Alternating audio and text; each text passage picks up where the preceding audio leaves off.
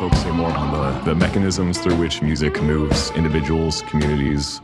Where can we find agency in the process of music production and consumption and analysis, critique? Or more simply, how does musicking restrict or expand our capacity to act? So my day job is as a sound engineer and music producer, and I see my production work and my scholarship as intervening on the level of musical discourse. How do our everyday practices of listening, creating, interpreting music, how do these open and close new possibilities for musical experience? I think of musical experience as a process of transduction, translating one type of movement to another. Sound is recorded, mixed, encoded, played back through speakers in a physical space, and music sound resonates through flesh and bone, through the organs of sensation, perception, cognition. This is first a circular process because listeners always respond to music and often produce their own music or their own sound in response. Second, this process of transduction works both ways. The number of listeners in a room absorbs, diffuses sound, changes the acoustic space. Any speaker or headphones can be used as a microphone and vice versa. It's the same kind of membrane, the same kind of transduction. And in the same vein, the habits we cultivate, our ways of moving through and attending to the world, shapes how we experience music. This should first remind us that linguistic discourse and symbolic representation in music are, in essence, affective. And second, our ability to understand how power operates in music depends on how well we understand these points of transduction. So, I also have a video. I've recently in my work been focusing on bridging academic and vernacular discourse, especially with sound work, music, podcasts.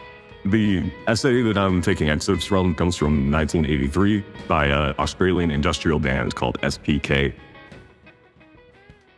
The Post-Industrial Strategy. Twilight of the Idols. According to Michel Foucault in Discipline and Punish, the mechanism of social control has changed from liquidation or internment to therapeutic. Criminals or the insane are now simply recycled and turned into normalized, homogeneous citizens. Both the right and the left wish to feel responsible for these problems and to reintegrate the deviants. We must not do this. Our interest in social deviance must be to maintain and extend the disability of the system to keep its margins under control. Another fiction is the idea that by liberating the unconscious or the psychic, we can attack the post-industrial simulacra. To begin with, the modern notion of unconscious is just another metaphysical concept. The primitives had no need of it because they had no distinction between the civilized and the savage mind. Only with emancipation or the idea of freedom did the need arise for the master to be interiorized in us all, and alienation begins. All savage, wandering, and symbolic processes came to be called unconscious, and were thereby domesticated like death. Any idea which maintains this artificial separation is tragically missing the point. Furthermore, it is foolish to think that a social code which created the unconscious is not able to inscribe and control it, just the same as it manipulates our conscious lives. Indeed, this is the most effective method the code uses for its perpetuation. Psychic liberation is the very form of the system, not a radical solution, as the drug experimentation of the 60s showed. Changing individuals does not necessarily change societies. The post-industrial simulacra. It has been some decades since Western culture could be accurately described as industrial. Since the underconsumption crisis of the 30s, we have shifted entirely into a social structure dominated not by production, but by reproduction, not by equivalence, but by commutation, not by merchandise, but by the model. We live in a post-industrial world, a world no longer where all labor is exchanged and loses its singularity, but where labor and leisure become entwined. Not a culture bought and sold, but one where all cultures simulate one another. Not a place where love is prostituted, but one where a liberated keel sexuality is compulsory, and an era in which time is no longer accumulated like money, but is broken in a confused web of nostalgia, fetishism, and futurism. If the industrial era was determined by its capitalist mode, then the post-industrial is hyper-capitalist, and in the sphere of signs, the society has become indeterminate and codified. In the pre-industrial era, every sign had a corresponding reality. In the industrial, every sign became equivalent to all others, with money as the mode of social coherence. Now, however, all signs have become models, slightly differentiating all social reproduction, a generalized code of simulation. The real horror is that this process no longer stops at the factory gate, but penetrates our homes, our loves, and our minds. All our time becomes marked time. Walter Benjamin, like McLuhan later, was the first to realize that technology was not a productive force, but a medium, the principle, the form of the new society of publicity, information, and communications networks. Seriality, or the mechanical reproduction of exactly equivalent clones, had given way to models generative of all forms, according to a modulus of differences. This digitized genetic cellule, the code, produces all questions and all possible solutions, a DNA generative of control of the social organism. Obsession with the new. To demand that information tell the truth is to revert to a pre-industrial mode. Today there is no reality, or everything is real and everything is unreal. Today the object no longer refers to the real nor to information. Both are already the result of a selection, a montage, a taking of views. The role of messages is no longer information, but a test of success at interpreting according to the code for the perpetuation of the code. Thus, the control problem is not one of surveillance, propaganda, or paranoia. It is one of subjective influence, consent, and extension to all possible spheres of life, the incorporation of the code into the corpse itself. Modernity is not the transmutation of values, the myth of progress and change, but a commutation, combinatory and ambiguous. In this process, art and reality come to simulate each other. The dichotomy between real and imaginary collapses, and commerce, the political, and the scientific become immersed more in aesthetics than in reality in the old sense. Symbols everywhere, ideologies, personalities, publicity, the new form of power. In politics, as in art and culture, the obsession with the new is always limited to the rate of change tolerable without altering the essential order. And our lives, as works of art created by this public code, participate in the same reproduction. It remains to be seen if this operationality is not itself a myth, if DNA is not itself a myth. Jean Baudrillard, Symbolic Exchange and Death. We are living at the beginning of an epoch which history will come to know as another dark age. But unlike the first one, characterized by the concealment of information, we suffer from an almost opposite problem, information overload.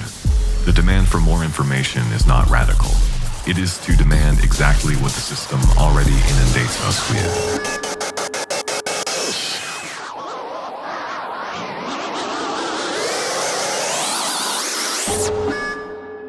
So, I'll take a second and respond to some of the ideas that SPK brings up. It's pessimistic, but that is sort of the vibe of industrial music. I think a lot of the points are still very relevant today. You probably noticed SPK is up to date on their French theory at the time, and they foreshadowed the idea of the control society almost a decade before Gilles Deleuze. In this model, power is no longer exercised primarily through segmented space and disciplined bodies, but through the endless proliferation and commodification of all types of movement, all types of desire. For part of the 20th century, the power of popular music was enacted in its ability to speak truth to authority, create physical, social space for counter-hegemonic identities, and to mobilize these communities towards political ends. Music brings people together around a shared set of moods and meanings, which is how it gave resonance to civil rights, anti-war, sexual liberation, and other important social movements. Unfortunately, as SPK points out, this new mode of hypercapitalism is very fast to appropriate this power, to turn musical identity into a commodity. Any emancipatory new sound or message that music might convey becomes another biometric data point that Spotify can sell to advertisers to more effectively market to you. On the other hand, any attempt to bring together a community of listeners in a shared physical space has to compete with or go through the Live Nation Ticketmaster monopoly that's artificially inflating prices way beyond what casual listeners are willing to pay.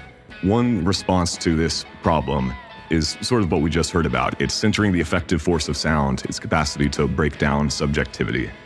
So to follow Byron, I'm going to tend to the interaction between affect and representation, because every deterritorialization has a corresponding re-territorialization. These forms of music that evade, that disrupt symbolicity, leave a symbolic vacuum that invites overcoding. Many genres that focus on intensity, things like EDM, things like extreme metal, have a bewildering network of subgenres and microgenres for exactly this reason. And Jason warns us about the totalitarian sonic body and black holes of bass strategy. The two-step process that Sun Ra talks about starts with freedom, but it can end anywhere. For example, in punk rock, early in its history, it propelled both emancipatory and reactionary social movements using the same sonic force. But the lasting influence of punk wasn't necessarily its political message, but it was how it was able to transvalue aesthetic values. It taught people to listen differently and value differently, and in a way that's specifically more democratic. Same with hip-hop, which today forms the basis for the dominant mode of popular music. In 1980, the Roland TR-808 drum machine, which if you don't know what that is, you've definitely heard it, but it flopped. It was a failure because it sounded nothing like a drum kit. It was cheap, it was cheesy. The industry rejected it because they were attached to the representational value of a drum kit. It's in the DNA of rock music. But in the embodied practices of hip-hop culture, which grew out of a multimodal form of expression, dance, scratching, rapping, as well as graffiti and other things, and it came from house parties and club cultures. The circulation of the 808 in secondhand markets after its commercial failure was a powerful kairotic moment. Not only was it affordable, but the new technique of analog synthesis, which made the 808 unrealistic but also cheap, it stripped popular music down to pure sonic force. The texture of the 808 bass divorced from any attempt to imitate an existing instrument. This sort of nomad sound engineering is where my attention is at right now. So I want to leave with 3 questions that I've been thinking about and that I would call anyone trying to theorize sound to also think about. How do our practices of listening prioritize some practices of producing, and vice versa? How do practices of producing encourage people to listen in certain ways? Second, who stands to profit from these different ways of listening and producing? That's always sort of the materialist undercurrent. And finally, with the confused web of nostalgia, fetishism, and futurism that SPK talks about, what we now might call capitalist realism, which calcifies the past and erases all possible futures. But my question will be, what democratizing technologies and techniques are laying dormant because they don't fit the industry standard view of the past? Thank you.